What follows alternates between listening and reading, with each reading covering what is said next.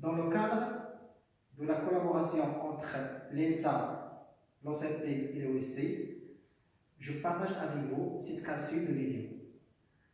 Dans cette capsule, on va voir ensemble une petite formation sur l'analyse vibratoire des machines tournantes. L'objectif de cette formation est de vous donner les bonnes pratiques pour que vous puissiez faire des travaux pratiques de mesure, d'analyse et d'interprétation. Et vers la fin, je vais vous communiquer des travaux pratiques pour interpréter un ensemble de spectres réels qu'on a déjà pris au niveau de l'industrie. Dans cette formation, on va traiter les points les plus importants qu'il faut préparer avant de pratiquer l'analyse vibratoire des machines tournantes. On va commencer par le choix des capteurs. Après, on va traiter le choix des unités vibratoires qu'il faut configurer sur un appareil de vibration. Après, on va voir comment préparer les machines, comment positionner un capteur et le fixer sur un palier. Et avant de commencer l'analyse spectrale, on va voir comment valider les données. On commence par le choix de l'accéléromètre. Bien sûr, il existe 3 types de capteurs: un capteur de déplacement, un capteur de vitesse et un capteur d'accélération. Pour le capteur de déplacement, il est souvent exploité pour la surveillance des paliers lisses et il est généralement utilisé pour la surveillance en ligne.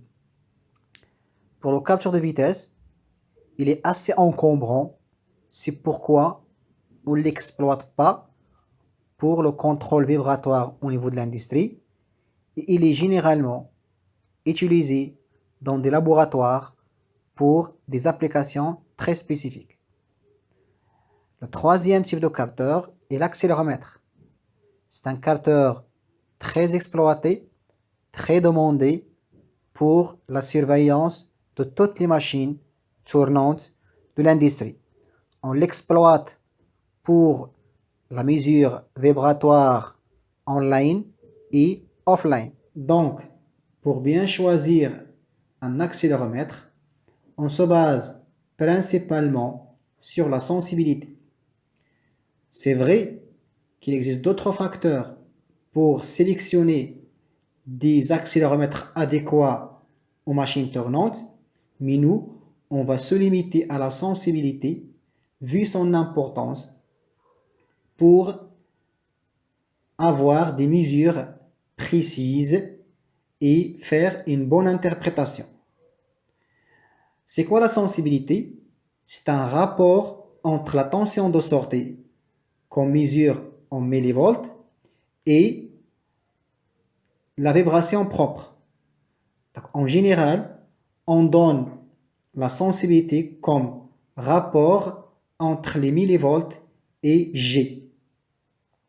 Généralement, pour la plupart des applications industrielles, on utilise des capteurs de sensibilité 100 millivolts sur G.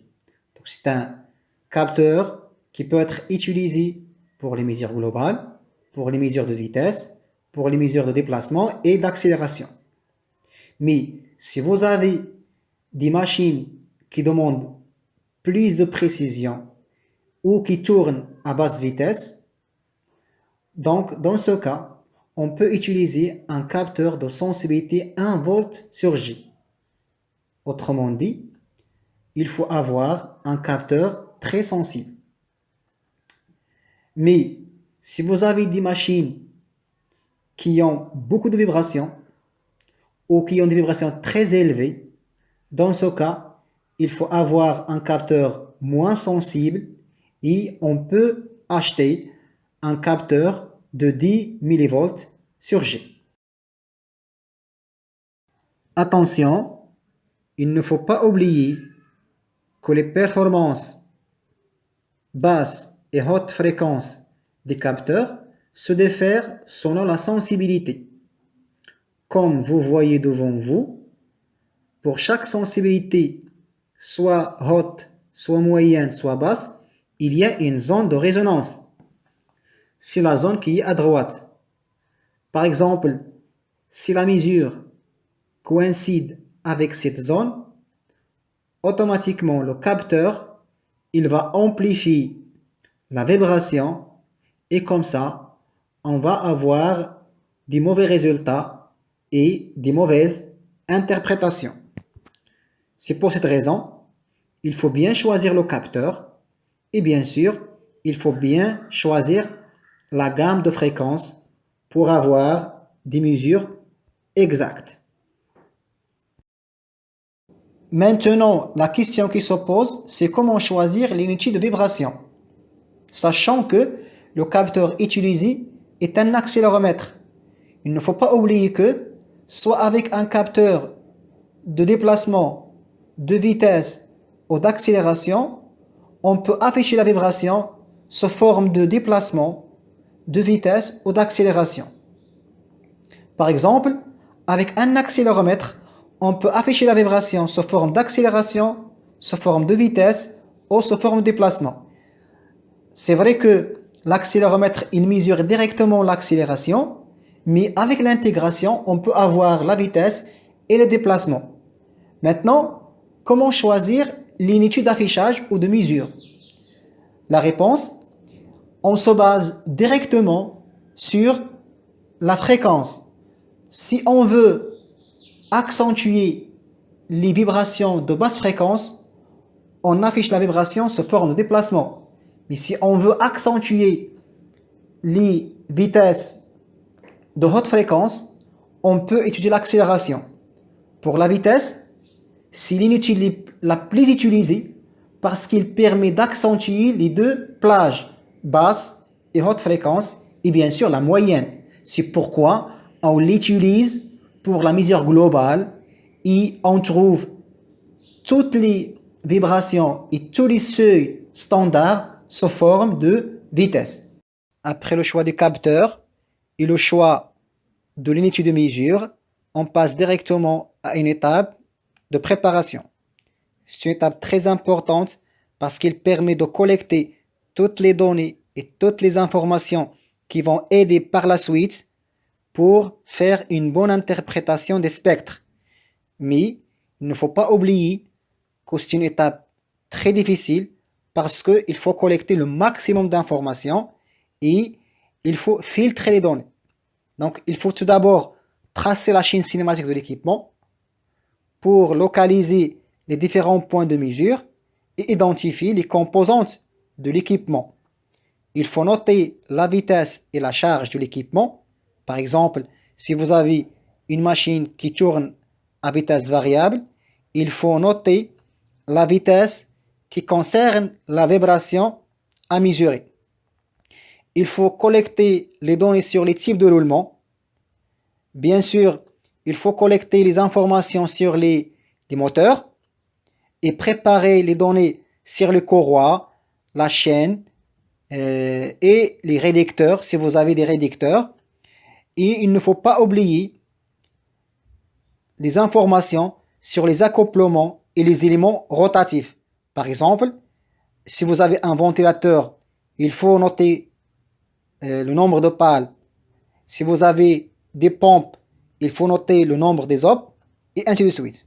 Voici un exemple de ventilateur.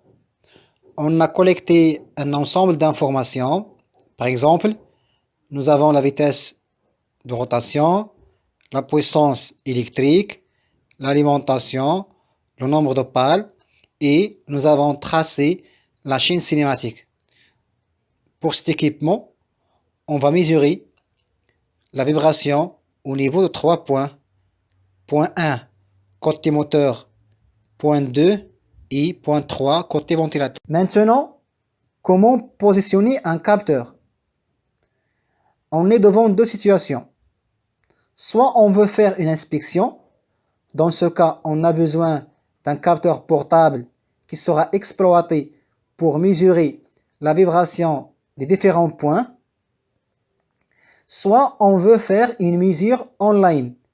Dans ce cas, on a besoin d'un capteur permanent fixe au niveau des paliers pour mesurer la vibration online et afficher la vibration, par exemple, au niveau du DCS. Mais ce qui est important, c'est que il faut choisir les points les plus sûrs. Par exemple, il faut choisir un point où il y a un bon chemin de transmission mécanique jusqu'au roulement. C'est pourquoi on choisit les paliers.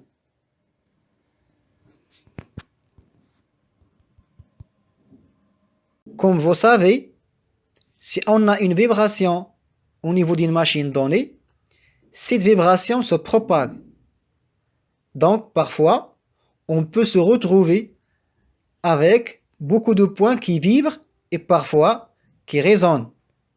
Ces points ne sont pas fiables parce qu'ils ne représentent pas des forces directes sur les roulements et ils ne donnent pas une vraie mesure de la vibration et ne donnent pas une vraie image de la vibration.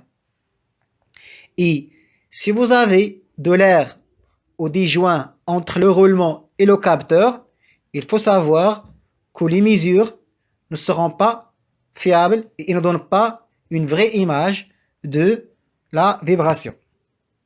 La direction de l'implantation de l'accéléromètre sur les machines est très importante parce que l'effort interne dominant dans une machine tournante sollicite directement les structures dans au moins deux directions, radiale, horizontale et verticale. Il peut aussi, par des phénomènes de couplage, donner naissance à des vibrations dans la direction axiale. C'est pour cette raison il faut contrôler les trois directions, horizontale, verticale et axiale. Parfois, on pose la question suivante. Combien d'emplacements pour faire une mesure vibratoire? Donc, si vous êtes débutant ou si vous avez un programme de mesure vibratoire récent, il est recommandé de commencer par la mesure d'un excès de points. Et par la suite, c'est-à-dire quand vous aurez un historique de mesure vibratoire, vous pouvez éliminer certains points. Parfois, le chargé de l'analyse vibratoire des machines tournantes ne s'intéresse pas au montage de l'accéléromètre, ce qui peut engendrer beaucoup de problèmes lors de l'interprétation et l'analyse des spectres, parce que un capteur mal monté peut causer des problèmes de répétabilité et de réponse en fréquence. Il faut savoir qu'il existe trois principales options pour monter un capteur. Il y a les sondes portables, c'est ce qu'on appelle les stylos. Il y a les capteurs avec des aimants et les goujons. La répétabilité est un facteur très important. Vos mesures de vibration doivent être prises de la même façon. Par exemple, les conditions d'utilisation de l'appareil de vibration du capteur doivent être respectées à chaque fois que tu veux faire une mesure vibratoire. Parce que les changements devraient provenir seulement de l'état de la machine. Sinon, on ne peut pas interpréter les changements au niveau des vibrations. Donc, si on respecte les conditions d'utilisation de mesure de vibration, donc on est sûr que les changements, ce sont des changements dus aux défaillances des machines. Donc, il faut s'assurer qu'il y ait un contact direct entre le capteur et la surface de la machine. Bien sûr, on doit avoir une forte connexion des capteurs et la surface utilisée doit être une surface lisse et plane. Bien sûr, si on a un mauvais contact entre le capteur et la surface, on aura des erreurs au niveau des mesures vibratoires. Pour des programmes de collecte de données offline, il est recommandé pour question de temps d'utiliser une méthode de montage très rapide. Parce que parfois, on se retrouve avec un programme de mesure vibratoire de centaines de points. C'est pourquoi il faut bien choisir la méthode de montage. Les méthodes les plus utilisées, ce sont les méthodes à sonde à main, à embase magnétique, à support vissable. La sonde à main ou les stylos de vibration sont utilisés pour faire un premier contrôle vibratoire. Mais si on veut faire un contrôle pour analyser les spectres vibratoires, il faut utiliser d'autres méthodes de montage. Parce que les sondes à main n'ont pas une bonne répétabilité à cause de la pression, de la position et de l'angle qui affectent la mesure vibratoire.